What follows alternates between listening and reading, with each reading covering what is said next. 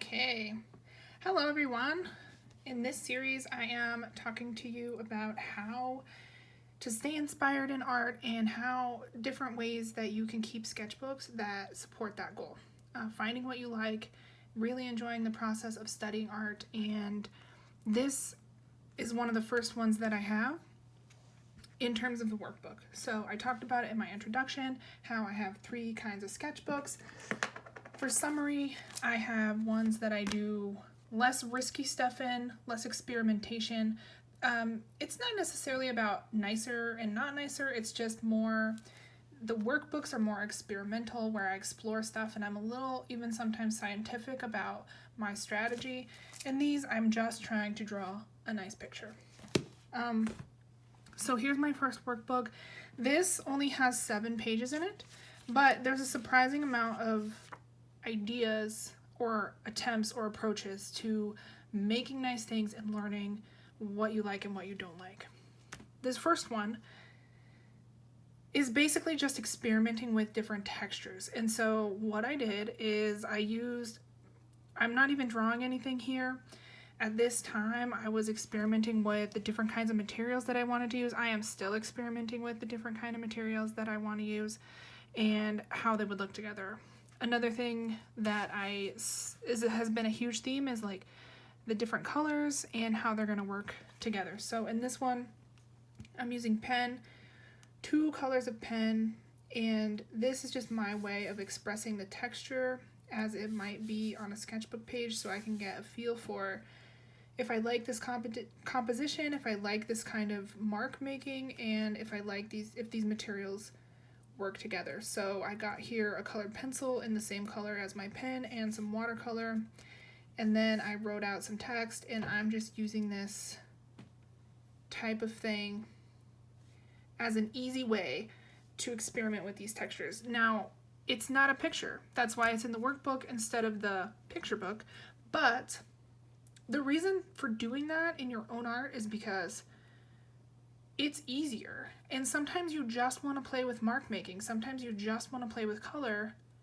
and drawing a whole picture adds a full new element into that you might either not be in the mood for. You're going to have to find your resources, what you want to draw, and just everything. Composition comes into play. Whether or not you like the final piece has a lot to do with your execution of the drawing. If there's a person involved, their expression. A lot of times for me, I won't get the expression right, and it'll just ruin the whole drawing for me.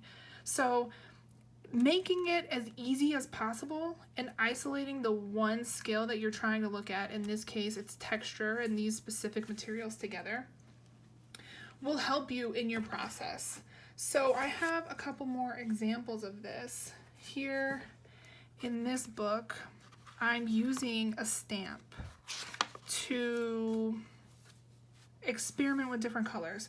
So instead of taking the time and, the possibility of messing up, it's not that you can't mess up, it's just that isolating the one thing you want to look at will help you determine if you really love that thing on its own, without having to deal with other stylistic issues or the way that you executed a drawing. So I'm using this stamp, I'm testing out different colors. So one thing in itself, I'm looking at stamps and whether or not I want to use stamps in my art, whether or not that I like them, but I'm also using this as an example of a line drawing, to look at different ways I can use materials and different colors that I want to use. So I have that one, and I play with it throughout the rest of this book. I'm trying it out with watercolor to see if I can get a good impression. I am here. This is incredibly compositional. This whole thing is just looking at color schemes. The only reason for this page is I just want to do something quick without drawing too much or without putting too much effort into it, to see what might look good in a spread, what might look good for the composition, and using a line drawing and what color, and then looking at other colors that might go with it. So that's what I'm doing here. And I use this stamp for a lot of things. So again, I'm checking out compositions. I'm just have these little thumbnail pages imitating some text I'm not even writing anything. I'm just imitating some scribble text, and I'm just using this as a symbol for a picture that I would draw, that I would love. And so since I already like this image and it's a stamp, it's easy to just put down and say, okay, let's say I have the perfect drawing that I did here. What are different ways to experiment with adding text to that image? Here's another one. This one I'm more just looking at different ways. I'm using a brush pen here to try to stamp with. So that's one idea. Make it as easy as possible on yourself to isolate and experiment with just the one thing that you're looking at the time. In this case, I actually went to the library. So I took some paper and I took some supplies. I was really into urban sketching at the time and making a toolkit that I could carry anywhere that had plenty of room for expression and making art that I loved. So I took this kit to the library with some paper, and I actually found examples from books of things that I thought I would like in my style, and I attempted to do them with the supplies that I brought. And so on one hand, it was a way to test the supplies that I brought and see if that kit was going to work for all the different kinds of expression that I thought were awesome. And it's also just practicing drawing, finding styles that you like. The library is completely free. You don't have to have anything additional. You just bring your paper and anything that you want supplies wise and test stuff out. So this is actually a drawing that I saw in a book. I mean, obviously this is my version of it, but I just took what I liked from that drawing and attempted to recreate it in my own book. This was one too. I didn't quite like, and see, this is part of the experiments, is these pens aren't quite waterproof if you watercolor right over them. So I learned that from there. You know, you can just do all kinds of testing, and these were from that same day, from that same session. So I found a book with these kind of drawings in them, and I fell in love with them. I had never actually done drawings like this before, so I did these out of the book. And this is a great way to also reassure myself, like, that I can draw whatever I see. So that's been a huge theme in my personal exploration, is just trying to look at something that I like the texture or the effect of and trying to recreate it myself, and also without any sketching or without any drawing aids. So I took my pen and I put this on paper. I was looking at a reference, and trying to get it as close as possible to that reference, but otherwise I did not sketch anything out. And to me, that's reassuring. I can make the lines, the technique, and it can turn out super awesome. I just have to know what I want to draw and, you know, master. Like, obviously it takes a lot of practice to go from being able to copy this out of a book to being able to draw anything in this style that you have, you know, either drawing in this style from a reference or even drawing a picture like this from memory.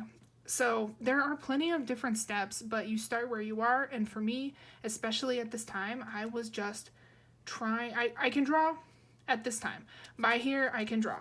And so I'm just testing out different ways of rendering and trying to imitate those when I see them. And so I just looked through all the books, and anytime I came across something, I sat right in the aisles of the books. I didn't even go get a table.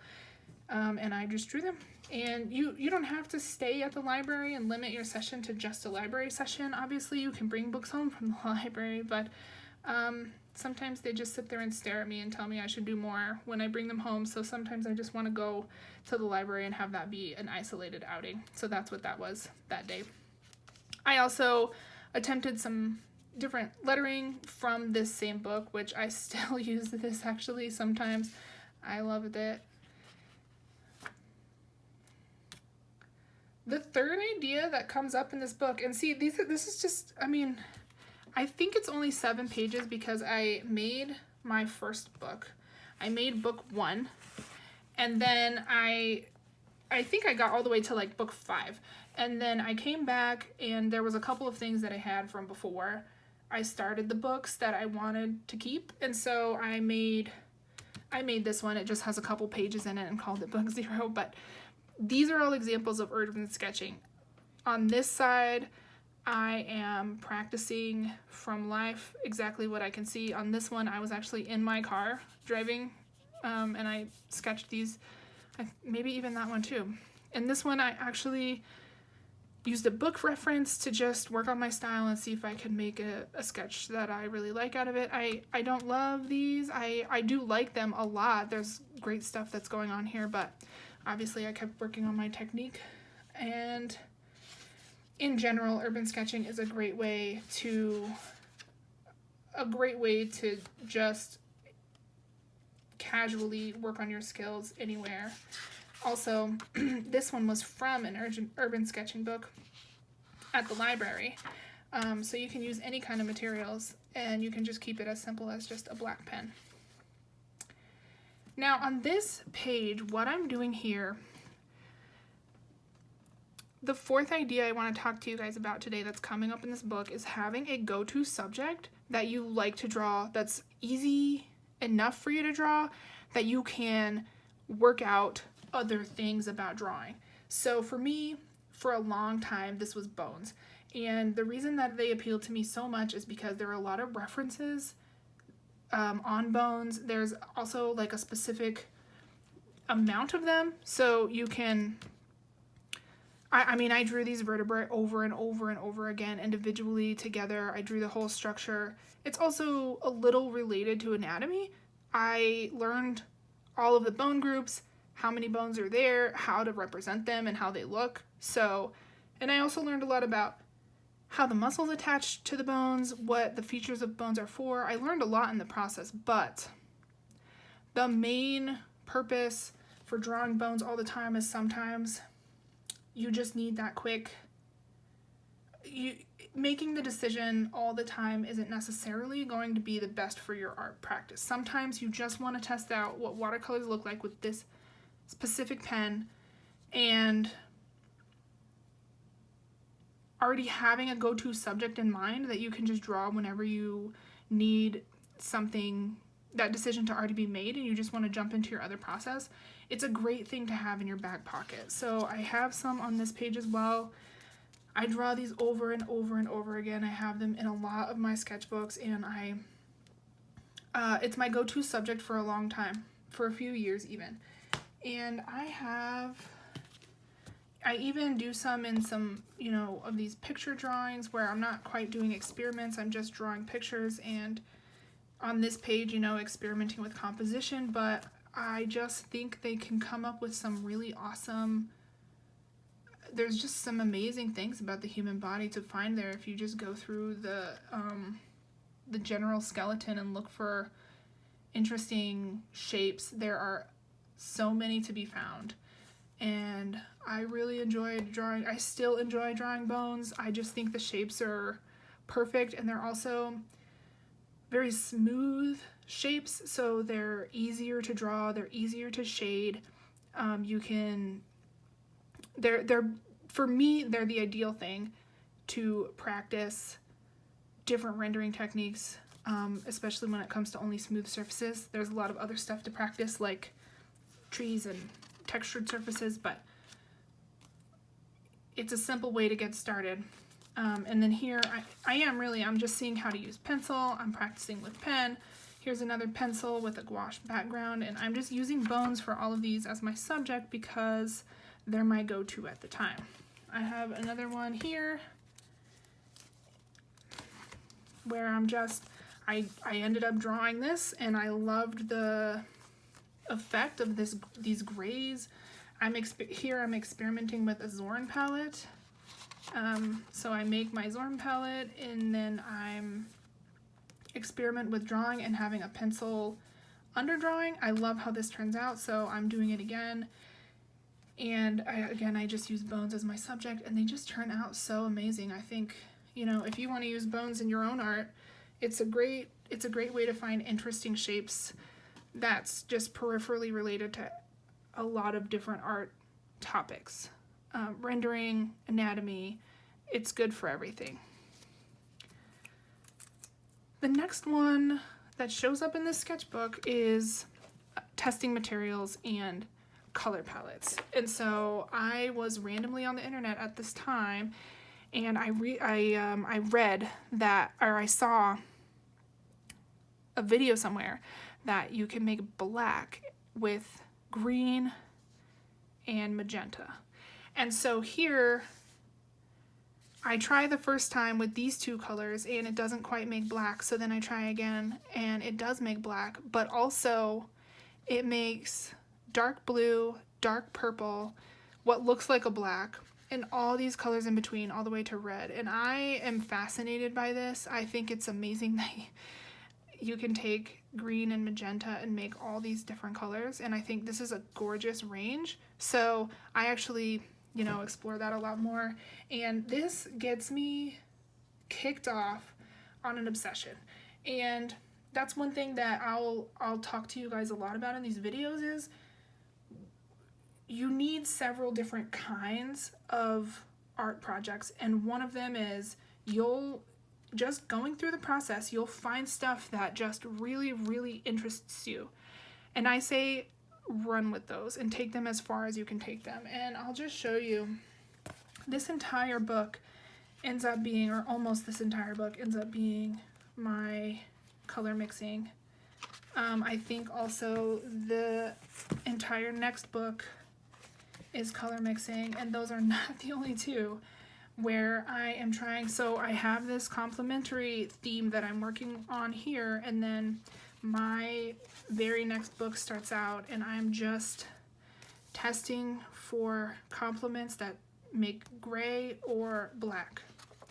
And I, you know, spend a lot of time on this. This becomes a huge theme in my art and in my overall practice and how I approach a study subject. It gets me into an entire, you know, maybe 3 or 4 years of color theory, and this is the thing that just sparked my brain to be super interested and think it was completely amazing that I could get this kind of range from just 2 colors, and wanting to explore everything that has to do with that. So one thing I would definitely recommend, I mean, first of all, a great idea for your workbooks is color swatching and color mixing. You can learn so much about color theory that way, and it really is essential to any kind of art practice. But also, definitely, when you find those things that really pique your interest, run with them. And so this page is another example of here material swatching, and here I'm using the same set. These are all Hydrus watercolors from Dr. P.H. Martin. I love this set. This was my treasure. This set was one of my biggest treasures for a long time. I made a lot of art with these, and I love them. I still have some today. I actually did all these just looking at other color mixes, so blue to green ones, and then some blue to yellow ones, just testing out what kind of color. And this is gorgeous. Like, I think that even on this crappy paper, it has such a nice gradient, a nice smooth gradient, and I just appreciated that. These whites I came back later. That's another thing that these experiment books are great for, is these whites I came back later with a gel pen, a white gel pen, and I'm just testing how those two materials interact with each other. And so a lot of times you just need a little tidbit of, you know, like a little swatch of this, and if I had to make a fresh one, I would have to wait for it to dry and all that. But if I just have a stack of stuff that I already did, that doesn't need to be gorgeous, it's not necessarily a picture that I drew, it's just my experiment book. I have these all, you know, I have just a huge amount of stuff in here, material that I can come back and try things with. So that's what I did there. I did like the effect. I kept experimenting with that. And this is one of the main things that I did prior to this phase of having all of these books, is, and kind of the way that I got into art, I'll tell you guys how I got into art. Well, I was always into art and drawing, and I took art in high school and I loved it and I was pretty good at it. I've been drawing since I was a kid and I've always really liked it, but for a while there I was really lost and I didn't know what to do. I could draw, and then what? That's all I knew. Now we have so many resources of YouTube channels and inspiration, but at that time I didn't even have Pinterest. It was early in college. It was 10 years ago, and I didn't have any of that. And so what I would do is I would go to the store, I would buy a supply, and then I would swatch it. Even then, and this is just a relic of that past, I had books on books of it back then as well, but I would try to organize them into colors, and this is actually how I got into watercolor, because it was always so frustrating to me that I couldn't get the exact, like that the packs of markers and pens never fit into an exact color category. I hated it. I didn't understand. I really needed and wanted to understand what colors belonged together and how they all related to each other. And, you know, I would always try to lay them out in one line where every color flowed into the other color and they made some kind of sense, and I never could. So, one thing, you know, aside from that obsession that I've had for so many years, a thing that you can always do in your workbooks is swatch new materials and take it as far as you can. So, you know, swatching them, trying to draw with them. I actually use these here as well, trying out a new, you know, just trying out a drawing. And this is actually something that I saw on Pinterest, where the artist used only 2 markers to make 3 colors, and I thought that was amazing as well. And again, it fits in that complementary color theme. So I just took the green and the red, and this darker color is them layered on top of each other. And you will see in my future notebooks, I go off with this. I spend a lot of time with complementary colors, mostly in watercolor, but also in markers, and just color sets and how colors interact with each other was so appealing to me. And one other thing that I want to say about this as an idea is, when you are doing art for yourself and when you are doing art to find out what you like, copy or attempt to make or put in your sketchbook other art, as well as just drawing from reference. So you want to draw from art that you like in order to explore different materials, different techniques, different rendering styles, and see if you can make them, and if you enjoy the process of making them, and if you want to try to incorporate that into your own art. This is not your own art. This is your workbook where you're doing experiments and where you're exploring anything that appeals to you and anything that makes you happy or feel inspired. And so I saw this on Pinterest, I loved it, and I definitely wanted to try it. So I took whatever I had, my markers, and I attempted it, and it actually turned out exactly how I saw it on the Pinterest. And so now I can put that in my pocket and say, if I want to just take 2 markers out and attempt some urban sketching, there's an idea for me. It comes out really good, and I like the effect. So it's very useful to look at and attempt to make art that has already been made in your experimenting books. You're never going to sell art that you copied. You're never going to sell art that you didn't creatively have all of the input to. But that's the beauty of having all of these books for experimentation. They're just for you. They're just for your experiments, and you can put anything you want in them. And it's actually a very useful tool to study other art that you like in the attempt to see what you want to keep and what you want to not keep, and also what you can't reproduce. Sometimes you think something is gorgeous and you literally can't reproduce it because you don't have the drawing skill, because you don't have the right tools, or something like that, and you'll find out what your limitations are when you attempt to reproduce it, and then you can work on those skills independently as other themes in your art. This one, I'm just doing a sketch. A friend was telling me about a tattoo that they wanted, and so it was with succulents and a bunch of geometry, so I started sketching that out. Now I kind of don't do this in my workbooks. I mean, this is book 0, so I'm still working out what to put in them and what not to put in them, but now the way that I think of these are just my experimentation books, and my other ones are just my picture books. And so I would probably just do this on a piece of scratch paper now, but it is an idea. You can always include it, especially if you want to sketch it out in pencil first and make it look really nice. Maybe even put it in your picture book. And the last page that I have for you guys here is watercolor. Like I said, I get really into watercolor over the course of these books. You will see a lot of it. And so I was actually reading, it's the Watercolor, the Essential Guide to Watercoloring, which is a book that I got from the library as well. And I read the book, I loved the book, and I think this was a reference photo, and I was just trying to use some of the techniques that I had seen in that book. I got, you know, it was really hard, it was above my level, so I got burnt out on trying it before I even finished this drawing, but I think there is some great stuff that happened here, and you know, it's always, you know, it's just a great place to try your experiments. So there's that one.